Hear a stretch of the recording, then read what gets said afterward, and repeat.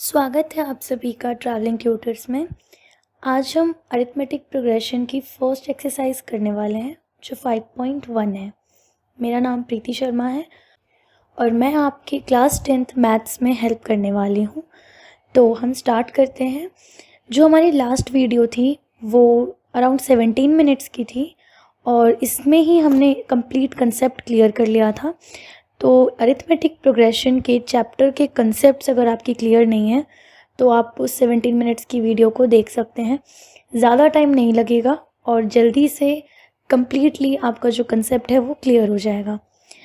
उस वीडियो में ये सारे टॉपिक्स हमने कवर किए थे और अब इस वीडियो में हम इसकी एक्सरसाइज करने वाले हैं।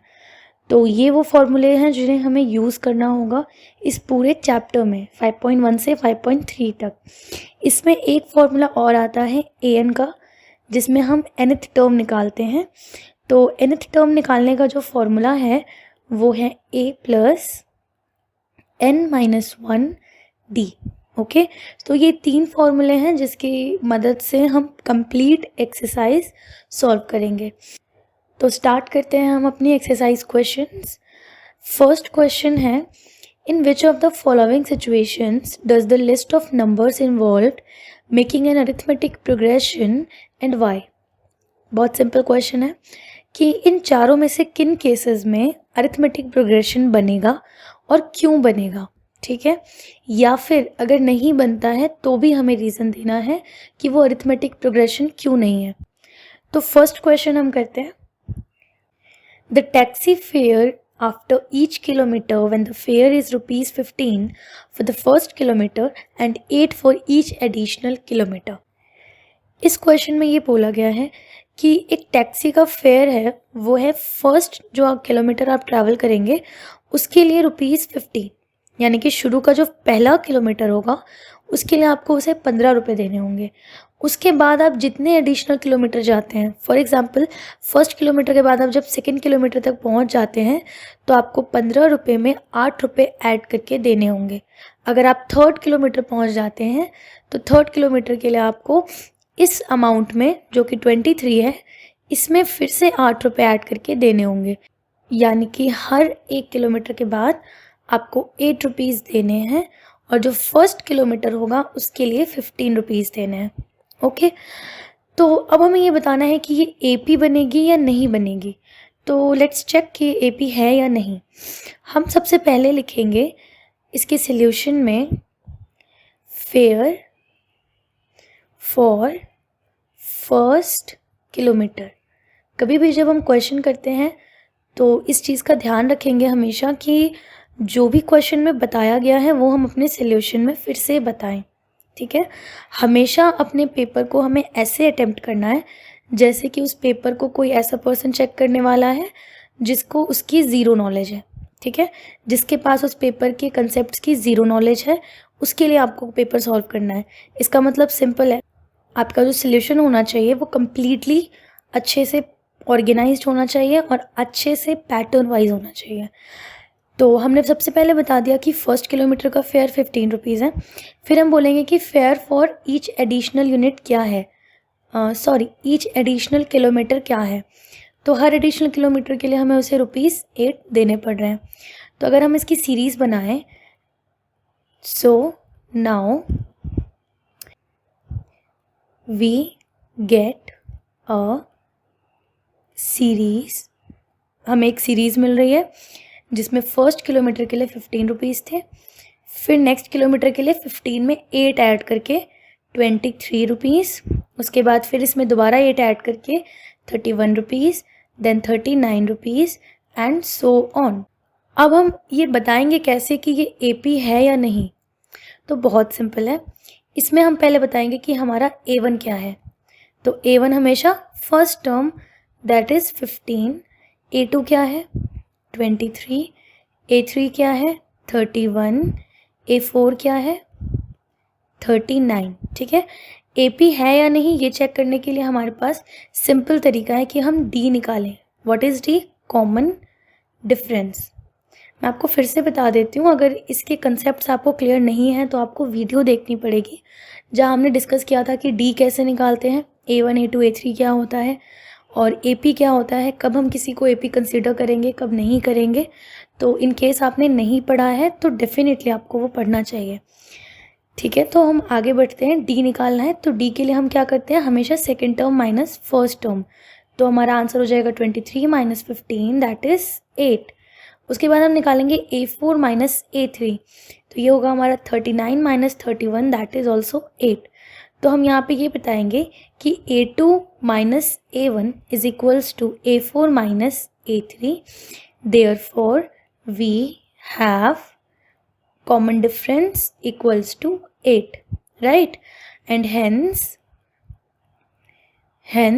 it forms an AP। ठीक है, हमने इसको AP क्यों कंसिडर किया, क्योंकि यहाँ पर हमने A2 माइनस A1 को A4 माइनस A3 के इक्वल प्रूव कर दिया। ठीक है, इससे हमें पता चलता है कि इस पूरी सीरीज़ में एक ही डिफरेंस है, एक ही कॉमन डिफरेंस है जो कि 8 है, राइट। तो ये था हमारा क्वेश्चन नंबर 1 का फर्स्ट पार्ट। अब हम सेकेंड पार्ट की तरफ बढ़ते हैं। सेकेंड पार्ट में बोला गया है the amount of air present in a cylinder when a vacuum pump removes 1/4 of the air remaining in the cylinder at a time.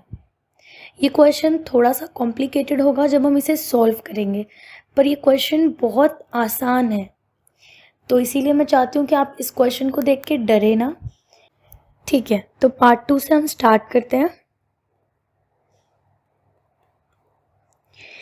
इसमें हमें सिंपल ये बोला है कि सिलेंडर के अंदर जितनी भी हवा है, हमें बताई नहीं गई कि कितनी हवा है, इसलिए हम उसे A मान लेते हैं कि A amount of air is present. तो अब इसमें कहा गया है कि इसके अंदर जितना भी अमाउंट ऑफ एयर है, एक बार पंप करने पे उस पूरे अमाउंट का 1/4 वैक्यूम आउट हो जाता है। ठीक है, तो इसका मतलब क्या है कि अगर हम फर्स्ट टाइम पंप कर रहे हैं तो A का 1/4 अमाउंट आउट हो जाएगा, तो बचेगा कितना, उसमें लेफ्ट कितना होगा, 3/4 A लेफ्ट होगा। कैसे निकाला हमने, टोटल अमाउंट कितना था A में से कितना बाहर निकल गया, 1/4 A। तो जब हम इसे आगे सॉल्व करते हैं तो ये हो जाता है 4A minus A/4 that is equals to 3A/4, right. तो यहाँ पर हमें पता चला कि फर्स्ट टाइम जब पंप किया गया तो हमारे पास एयर कितनी बची, 3/4 A। अब आप मुझे बताइए कि अगर मैं सेकेंड टाइम इसको पंप करूँगी तो सेकेंड टाइम जब हम पंप करेंगे तो 1/4 किसका निकलेगा, A का तो नहीं निकल सकता क्योंकि A अमाउंट तो बचा ही नहीं है। अब अमाउंट हमारे पास 3/4 A बचा है, तो हम 1/4 ऑफ 3/4 A निकालेंगे that is equals to 3/16 A, right.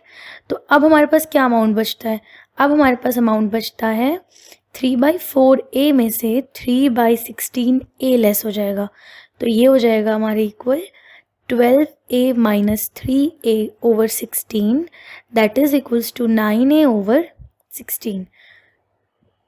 तो इससे पता चलता है कि हमारा सेकेंड अमाउंट जो बचा सेकेंड टाइम में वो बचा 9A/16। ठीक है, अब अगर हम इसे थर्ड टाइम का करते हैं तो थर्ड टाइम कितना अमाउंट बचेगा, तो पहले हम फर्स्ट और सेकेंड वाला लिख लेते हैं क्योंकि हमें इसे इरेज करना होगा।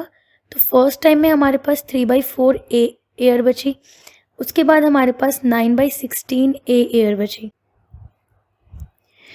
सो guys now we will find out कि थर्ड टाइम में कितनी एयर बची होगी।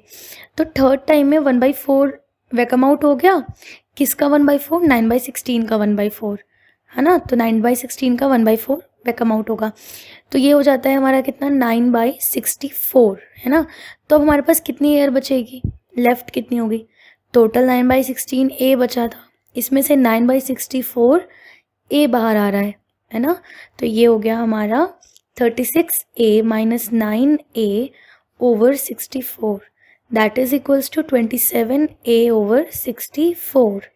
ठीक है, तो थर्ड टाइम में जो हमारी एयर बची वो बची 27/64A। ठीक है, अब अगर आप फोर्थ टाइम का निकालें तो फोर्थ टाइम के लिए हम करेंगे 1/4 ऑफ 27/64A है ना, राइट। उसके बाद ये हो जाएगा हमारा 27/256A। अब एयर हमारे पास बची कितनी, कितनी एयर लेफ्ट है, ये थर्ड टाइम की लेफ्ट थी। अब हमारे पास एयर बचेगी 27/64A, इतनी बची थी।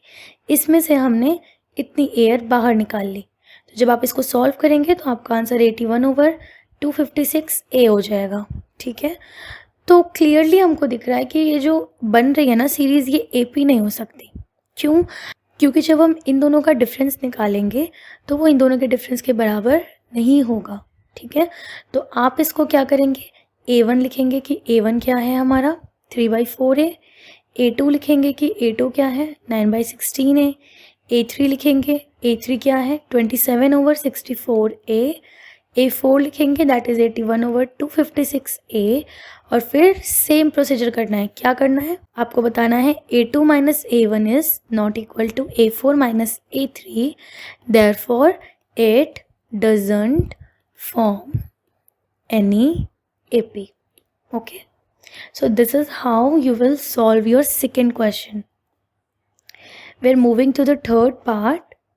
This question says that the cost of digging a well after every meter of digging, when it costs 150 for the first meter and rises by 50 for each subsequent meter.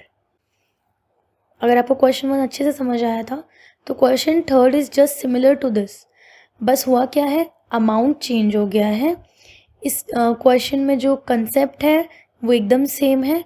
यहाँ पर हम taxi fare की बात कर रहे थे, यहाँ पे हम एक कुएं को खोदने की कॉस्ट की बात कर रहे हैं।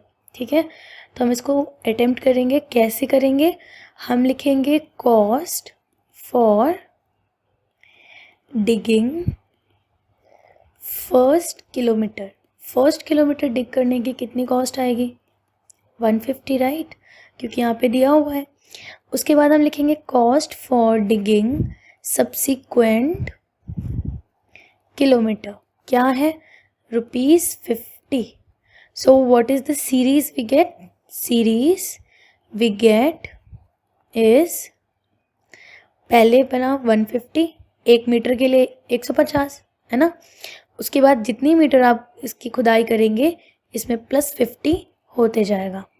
ठीक है, तो इसमें +50 कर दो सेकेंड मीटर के लिए, it becomes 200, then it becomes 250, it becomes 300। और ये ऐसे ही विजिबल है कि ये एक AP है ना, क्योंकि हर टर्म जो हर नेक्स्ट टर्म हमारा आ रहा है वो सिर्फ 50 ऐड करके ही आ रहा है। तो इनको जब हम माइनस करेंगे A1, A2, A3, A4, जब हम A2 माइनस A1 करेंगे हमें 50 मिलेगा, A4 माइनस A3 करेंगे तो भी 50 मिलेगा, तो therefore it is an AP, right. So this is how you will solve this.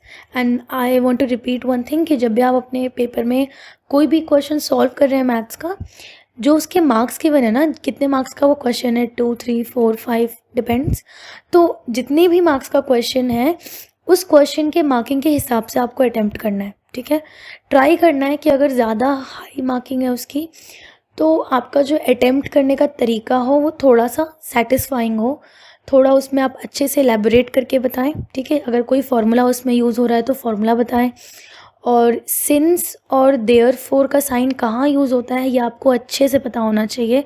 और एक मिस्टेक जो हर कोई करता है, मैक्सिमम स्टूडेंट्स को देखा है मैंने, इक्वल्स टू को इम्प्लाइज बना देते हैं। This is very wrong.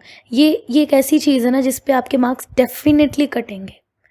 तो ध्यान रखना है कि हमें ज़्यादा स्टाइलिश नहीं बनाना है, अपनी आंसर शीट को करेक्ट बनाना है। ठीक है, और हमेशा अपने दिमाग में एक बात फिट कर लें कि जो एग्ज़ामिनर है जो चेक करेगा आपके पेपर को, उसको वो कंसेप्ट नहीं आता, ऑल्दो ऑब्वियसली आता ही होगा, बट फिर भी आपको ये दिमाग में सेट करके फिर क्वेश्चन पेपर अटैम्प्ट करना है कि आपका जो टीचर आपके पेपर चेक करने वाला है उसे वो क्वेश्चन बिल्कुल नहीं आता, इसीलिए आप एकदम ज़ीरो लेवल से उसे बताएंगे कि आपने उसमें क्या किया है, कहाँ से क्या उठाया है।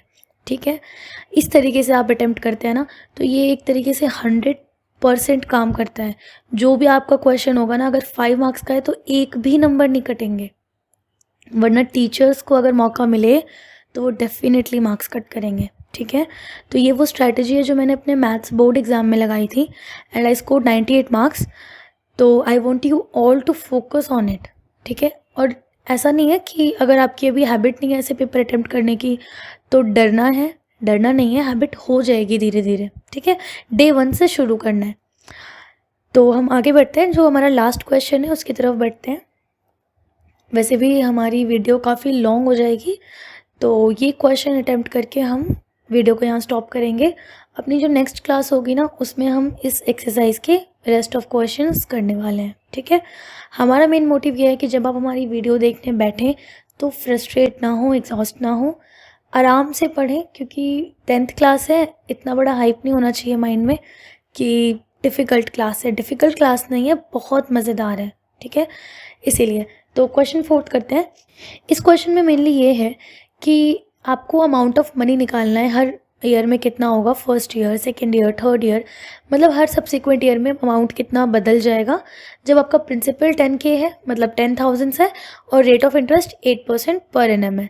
और ध्यान देंगे कंपाउंड इंटरेस्ट है यहाँ पे, ओके। कंपाउंड इंटरेस्ट का फॉर्मूला थोड़ा डिफरेंट होता है। तो कंपाउंड इंटरेस्ट का फॉर्मूला होता है हमारा P1 + R/100 × N। P is principal, R is rate, N is year, right? Okay, so how will we solve this question? First of all, as I told you, we have to write everything what is given in the question. Principal given है हमें, principal is 10,000 and don't forget to put signs. Rupees का sign, centimetre, metre, कोई भी unit का sign है, कुछ भी है आपको उसे पुट करना है, वरना हाफ मार्क्स तो यहीं पे ख़त्म, ठीक है। तो प्राइस हमें गिवन है, रेट हमें दिया हुआ है 8% पर एनम, ठीक है। सब्सिक्वेंट ईयर में हमारा CI क्या होगा वो हम निकालते हैं, फिर हम उससे अपना अमाउंट निकाल लेंगे, है ना। तो सबसे पहले फर्स्ट ईयर का हमारा CI क्या होगा, फर्स्ट ईयर का 10,000 1 + 8% for the 1 year. Next is CI for second year क्या होगा, 10,000 1 + 8/100 for second year. Similarly will find it out for the third year. Third year का CI क्या होगा, तो 10,000 1 + 8/100 फॉर थर्ड ईयर, है ना। एंड वन मोर थिंग, इसमें 4 आप इंटरेस्ट भी निकाल सकते हैं और 3 से भी कर सकते हैं, ठीक है। तो क्योंकि इसमें कैलकुलेशन ज़्यादा हो जाएगी तो हम इसको CI फॉर 3 ईयर्स लेकर ही चलेंगे, है ना। और DA कैसे निकालेंगे, 2 - 1 कर देंगे, 3 - 2 कर देंगे, दोनों को कंपेयर कर देंगे। तो इसको जब हम सॉल्व करते हैं तो यहाँ से हमारा जो CI आता है वो आता है 10,000 × 1.08, that is basically 0.10800, right? This is what the interest for first year comes. Then for the second year it is 10,000 × 1.08 whole square, and for the third year it is 10,000 1.08 का cube, right? So we will find it out. So for the second year the interest comes ₹11,664, that is 11,664, and for the third year when you calculate you will get 12,597 point something, right? So this doesn't matter क्योंकि 5 नहीं है तो round of करने की भी कोई ज़रूरत नहीं है। तो ये तो हमारा हो गया इंटरेस्ट। अब हम क्या निकालेंगे, अमाउंट निकालेंगे। तो हम इसको लिख लेते हैं। CI for the first year क्या है, ₹10800, for the second year it is ₹11664, and for the third year it is ₹12,597 point something, that is negligible. So now we are going to rub this. Okay, so amount 1, that means amount for the first year. What will be the amount for the first year? It will be principal plus CI1, है ना, that is 10,000 plus CI1 is what, 10800. So it basically becomes 2800. Okay, next for the second year it is P plus CI2, that is 10,000 plus CI2 is what, 11,664. So this becomes 21,664 in rupees obviously. Please do not forget to mention the signs and don't say कि आप भी नहीं लिख रही हो, space कम है। Now 10,000 plus third year का क्या है, 12,597, that is ₹22,597. Okay, now tell me, this is A1. A1 here is 2800, A2 is 21664 and A3 is what? 22597. When you subtract A2 by A1, you get something. When you subtract A3 by A2, you get something. And obviously ये दोनों जो numbers आएंगे हमारे वो equal नहीं होंगे, है ना. तो आप उसे सब्ट्रैक्ट करके ये लिखेंगे कि we do not have any common difference, कोई भी हमारे पास कॉमन डिफरेंस नहीं है, therefore it doesn't form any AP.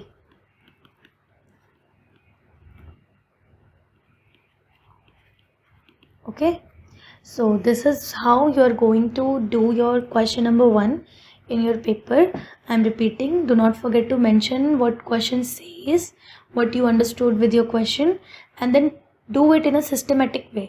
ठीक है, अपनी तरफ से कोई चांस नहीं देना है टीचर को कि वो आपके मार्क्स कट कर सके. ठीक है. और हाँ, अगर आपने अभी वीडियो कट नहीं किया तो मैं बता देती हूँ कि आपको अपने पेपर में कहीं पे भी डाउट आता है किसी क्वेश्चन में, किसी चैप्टर में, तो आप हमारे टेलीग्राम से जुड़कर हमसे 1-to-1 डायरेक्टली कांटेक्ट कर सकते हैं. हम लोग आपके क्वेश्चंस को सॉल्व करने में डेफिनेटली हेल्प करेंगे. ठीक है, तो हम लोग मिलेंगे अपने नेक्स्ट वीडियो में नेक्स्ट अपने क्वेश्चंस के साथ.